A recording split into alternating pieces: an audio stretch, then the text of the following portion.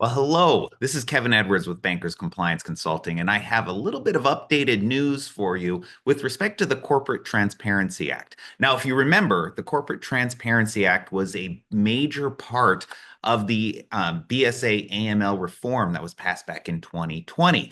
And this act had three basic components. There was a recording requirement where the beneficial owners of reporting companies would be supplying information to FinCEN to be housed in a database. Second phase was it was an access rule that really laid out who had the right to access that database and what the rules around that would be. And then we've been waiting for a third phase of the rule, which would dictate to the financial industry exactly what our new marching orders would be with respect to the beneficial owner rule that we've been complying with now for years.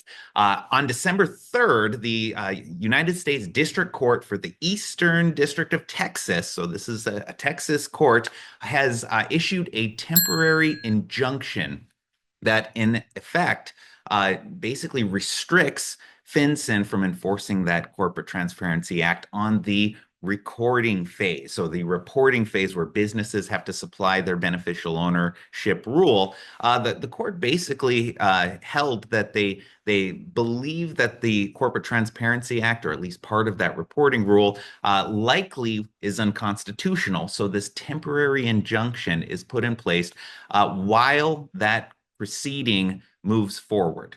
Okay, so in effect, FinCEN is not able to enforce that rule. We have a looming deadline, January 1st, 2025, which was the deadline for these companies to submit their beneficial owner information. And so that has been stayed while this court proceeding takes place. Now, this injunction is nationwide, so it's not limited like some of the previous court cases had been. And so we are in a holding pattern while this case plays out.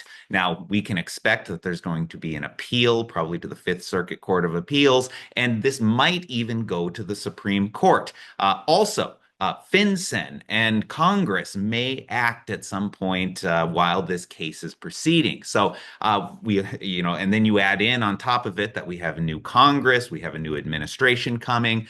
So there's a lot of moving parts to this, but the breaking news is that that portion of the reporting rule has been temporarily delayed while this case proceeds. The good news is there's nothing immediate for banks or financial institutions to do at this point. It does inject a whole level of chaos into this new reform that we've been anticipating. And as you know, there's a lot of changes that are coming. There are new alerts. We've got the change in administration coming. And then if you add into it that the courts are getting more and more involved in any of these regulatory changes, you can appreciate that there's a lot of chaos on this front, which is why we actually have our AML CFT membership group that is kicking off in January. The whole point of this group is we're going to have monthly meetings where we can get together on an industry level and we can talk through our AML CFT programs and really help you keep up to date on all of this breaking news.